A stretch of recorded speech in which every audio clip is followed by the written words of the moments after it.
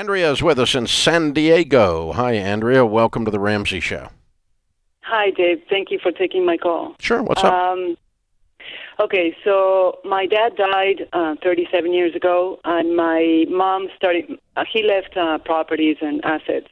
So my mom, we're three kids, now in the age of 50, around 50. So my mom started managing the properties. Then my Did your mom own them at that time?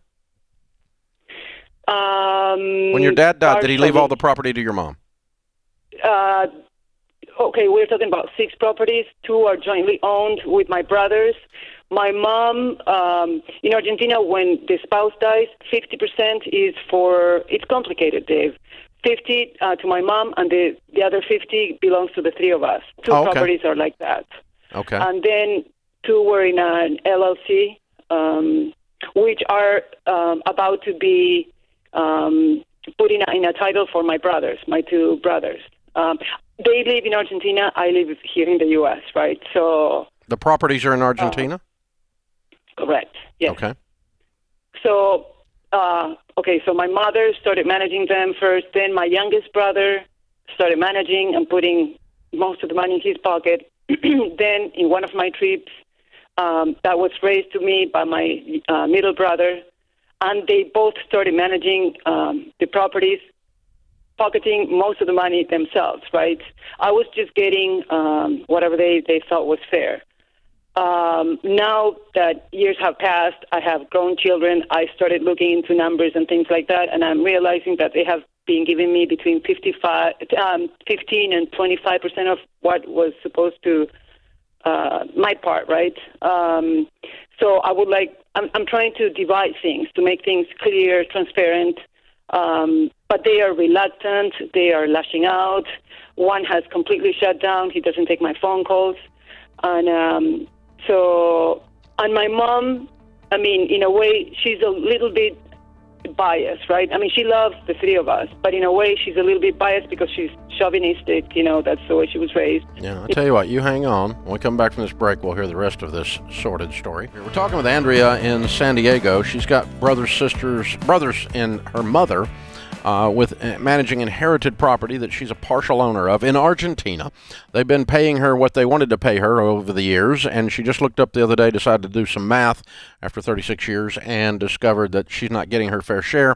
Now she's trying to separate this and get clarity on it, and she's getting a lot of pushback. Is that a fair summary of what you told us so far, Andrea? Yes. Okay. So what are you going to do? That's my question to you. And also, let's add that they have lived rent-free for one at least 18 years and the other one 7 years, rent-free, plus receiving all the income from the other properties, right? Yeah. And my mom insists on me being nice. Andrea, be nice. Be nice to them. Mm-hmm. Being nice means not telling them. I mean, I am frustrated. Being nice means getting screwed by your brothers. In a way, yes. No, definitely. They've been screwing you over for years, is what you just told us. Decades, yes. They've been messing you over for a long time, and that's her definition of being nice. No thanks, Mom. I'll pass on being nice. That's not being nice. Yeah. That's being a victim. I don't want to be a victim. Well, you are a victim. But and if you're going to either going to continue to be one or you're not, it's up to you. So you've got a couple of options here. As far as I see it, 3. 1, you just keep going like you are and be nice. Yeah, no. Okay. The other one is you can just sign over all the property to them and say, good luck with it, boys. I'm done with y'all. I don't want any more money. I don't want anything else to do with any of you. You've messed me over so bad. Here's the deed to everything. I'm just going to walk away from this. The family dysfunction is not worth whatever the assets are. I'm through with you. And just sign it over to them, which, by the way, is not a really bad idea. That's not a bad idea at all. It's not the idea you were expecting me to give you. And, of course, the third option is to use the Argentinian courts to settle this if your brothers don't come to the table peacefully and start signing over properties to you. Yeah. I think they're blind. They're blind by rage and fear. I don't care. Yeah. You get it. They have 10 days or they have 30 days from the time I call them, regardless of all their screwed up dysfunctions and machoism or whatever it is they're dealing with. You have 30 days for us to work this out. If you do not work this out, by this date, my attorney will begin the process in the Argentinian courts of suing all of your pants off. Okay. And by the way, the attorneys are going to get all the money, and the family's going to end up with nothing. That's how this always works, because that's how attorneys work. Yes. So, Andrea, what was the agreement up front 36, 37 years ago? That you would get a third? I was, when my dad died, I was 14 years old. I was a kid. So, I mean, I had no agreement, right? We were young. No, there was a will. There was a direction. You said it's split between of what the y'all. estate was supposed to be. No, there was no will. We were talking about 6 properties. 2 were in an LLC. 2 were in our name, jointly owned, my 2 brothers and I. So 2 are like that, and 2 are in a succession, right? They're supposed to be in our name. I mean, 50 for my mom and 50 for the 3 of us. And you said you're getting about 15 to 20%. What would you think would be fair? Right. What is the mathematically correct amount to get?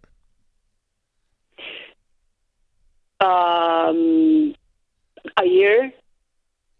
Well, I mean, percentage-wise, just you said you're getting 1/3. 15 to 20. You're saying you should be getting 33? I'm saying 15, 20, 25% of the 33 that I should get. Yeah, you got a tiny fraction of what you should be getting is what you're trying to say. Correct. So here's the thing: you have lost trust in them because they've stolen from you, Yes. and so you either need to walk away from them, or you need to separate the properties. And if they don't do that with reasonableness and voluntarily, we'll have a judge make them do that. Okay. I don't know anything about Argentinian law or courts. In the U.S., this is a partnership, a general partnership, that you're going before civil court and asking the judge to force the disillusionment of the partnership, which means they either buy you out or they sell the property and everybody gets their section. Everybody gets their part. Okay. Force the disillusionment of the partnership because you no longer trust your partners, who sadly are your own brothers, funded emotionally by your mother, who is an enabler. Yes. That's true. Yeah. And so it's a sad thing. I'm so sorry. It breaks your heart. And honestly, I don't know. What is your financial situation? How wealthy are you? I'm doing well. Well, what is well? I mean, you got $10 million or $2? No. In about less than 10 years, we're going to pay off my house in San Diego, California, and we have another. If you never got another dime from this, would it really affect your life? No, not really. But, I mean, I feel I'm not standing up for my own family at this point. I know you're not. I know you're not. But let I me just don't tell work you, that much. I don't think you're make going that to much fix money. your family. I think when this is all said and done, they're all still going to be pissed. Don't you? Probably. Yeah. So you're not going They need to get their blind. there's not a version of this story where everybody gets together and smiles and makes a big meal and is so glad to see each other again. That version of this story does not exist. That's not going to happen, is it? If you talk them into it and they deed you your portion, you're still going to feel badly towards them for stealing from you, and they're still going to feel like you forced them into doing something they didn't want to do. If you sue them, we know that they're going to feel that way, and you're going to feel that way, and now everybody's writing lawyers' checks too. So there's not a version of this story where everybody gets back together and is all happy again. Yeah. Too much misbehavior under the bridge. I wish it would happen, but I don't think it's going to happen realistically. So you've just got to decide what you want to do. I think you need to seriously consider, from your standpoint, the idea of just deeding it over to them and just walking away. I don't want to do that. Okay. All right. Then you got to fight. Then you're getting ready to stir up a ruckus, kiddo. That's not an Argentina phrase. That's a hillbilly phrase. You're gonna stir up a ruckus. I don't know how you say that in Spanish, but you're about to stir up a ruckus. I'd love to hear it. It'd probably sound really cool. But this whole thing is just dripping with resentment. on either side, and so yeah, it's just, everybody's mad and hurt and it's wounded. just poisoning and, yourself at some point and there's when a you don't lot sleep of, at night. There's a lot of times in these situations, and because even her giving them the property is not going to make them happy or her happy. There's not a version, not an option that I see on the table where everyone plays patty cake and kissy face after this is done. They're just not going to. This has gone on too long. Mom is too screwed up. The brothers are too big of crooks, and she's too pissed about it. Yeah, and you're talking international, and so you can't just show It's international pissed. This is a different level. Different level. I'm not messing with Argentina, but man, this is a tough situation. She's going to have to get a backbone here. So regardless of the country, this illustrates why you need a will and why you need to read the will while you're alive and tell everyone what's going to happen. If everybody's going to be mad after you're gone, go ahead and do it while you're alive. Just make them mad now. Go ahead and show them now. This is what's going to happen. You're doing cocaine, so we're leaving you nothing. Okay? And you can just be pissed about that now. Okay? Go ahead and be mad about it. Or you're dysfunctional and you're disconnected from the family, and so we're not leaving you anything. Let's go ahead and clear the air on that. Right? When I pass, if I'm the dad, what I don't want is for my kids to bicker and fight for the rest of their lives. Exactly. Because of what I left them as a blessing. And each of them arguing incorrectly what Dad's will was when he had a will. We all have our own interpretation. No, yeah, Daddy always said, let me tell you what Daddy always said. Daddy always read the will once a year and said, this is what it is, baby. Boom. Mama always said, this is what it is, baby. You need to have a reading of the will while you're alive. That's why they call it a will. What is my will upon my death? My will for you is that you get this and you get this. That's what the will means. Yeah. We That's say what to the be word unclear means. is to be unkind. And this Your is what last it gets you. testament, your testament as to what you want to have happen.